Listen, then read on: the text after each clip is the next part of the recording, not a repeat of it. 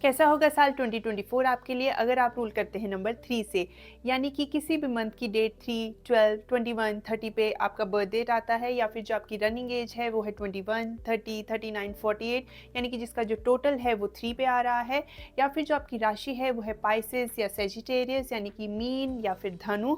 तो आइए देखते हैं। नमस्कार, मैं हूं मधुमन कोटिया, एक मास्टर न्यूमरोलॉजिस्ट और लाइफ मैनिफेस्टेशन कोच, और आप देख रहे हैं Madhu Mantra, mantra to experience the magic. Number 3 वाले गुरु की प्रधानता लिए होते हैं, जो कि एक बहुत ही ऑस्पिशियस प्लैनेट।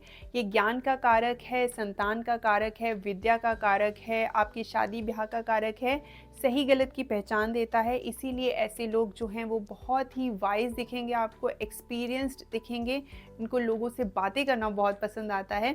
गुरु की प्रधानता है तो डिवाइन ब्लेसिंग्स तो होंगी ही। ऐसे लोगों में बहुत ज्ञान तो होता है, विजडम तो होता है, बट समटाइम्स ये काफ़ी शो ऑफ में पड़ जाते हैं, यानी कि ज्ञान कम है लेकिन उसका शो ऑफ कुछ ज़्यादा ही हो रहा है। खाने पीने का बहुत शौक होता है इन लोगों को। 3 और 8 का रिश्ता बहुत अच्छा माना जाता है। 8 जो है वो है शनि एंड 3 जो है वो है गुरु। तो यानी कि 3 जो है वो 8 को बैलेंस करते हैं, 8 के लिए एक फेवरेबल नंबर है।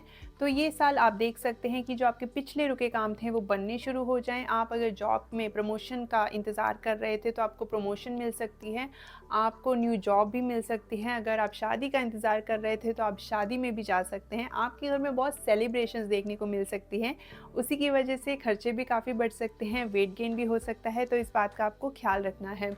ये साल शनि का है तो इसका मतलब ये है कि आपको मेहनत तो करनी ही पड़ेगी, बिकॉज़ शनि मेहनत तो करा के ही छोड़ेंगे। इसलिए आपको अपने ज्ञान को अपने फेवर में यूज़ करना है।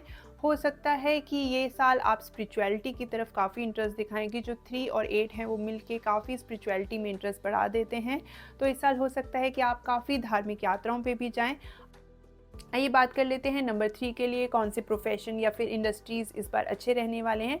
अगर आप एडवाइज़र हैं, काउंसलिंग में हैं, टीचिंग में हैं, एजुकेशन में हैं, अकल्ट साइंसेस से जुड़े हुए हैं, हीलिंग में हैं, कुछ क्रिएटिव फील्ड से जुड़े हुए हैं, प्लानर हैं, फाइनेंशियल प्लानर हैं, इवेंट ऑर्गेनाइज़र हैं, एनजीओ से जुड़े हुए हैं, मोटिवेशनल स्पीकर हैं, या फिर लॉयर हैं, या फिर मैरिज इंडस्ट्री से जुड़े हुए हैं, या फिर ब्रांड मैनेजर हैं, सोशल मीडिया मैनेजर हैं, स्पिरिचुअलिटी से जुड़े हुए हैं, ट्रैवल इंडस्ट्री से जुड़े हुए हैं, या फिर यूनिवर्सिटीज़ में की जा रही रिसर्च से जुड़े हुए हैं, तो ये साल आपके लिए बहुत अच्छा साबित हो सकता है।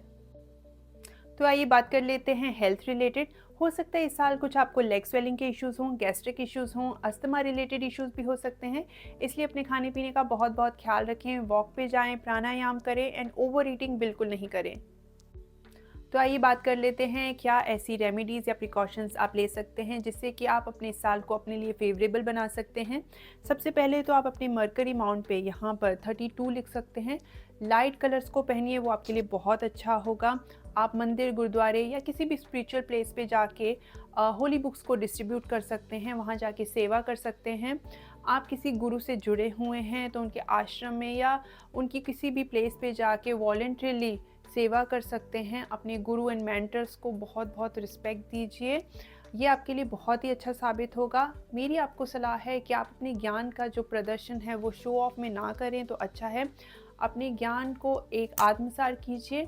आपको किसी को भी काट के आगे बढ़ने की ज़रूरत नहीं है, अदरवाइज़ ये आपके लिए बहुत ही बुरा साबित हो सकता है। हम्बल रहिए, अपने अंदर ईगो एंड एरोगेंस को बिल्कुल भी मत लाइए। अगर आप नंबर 3 से रूल करते हैं तो मुझे अपने बारे में ज़रूर बताइएगा, कमेंट कीजिएगा। चलिए, आपका ये साल बहुत बहुत बहुत खुशियों से भरा हो, बहुत प्रॉस्पेरस हो। I wish you a very very happy and prosperous new year. Take care, bye.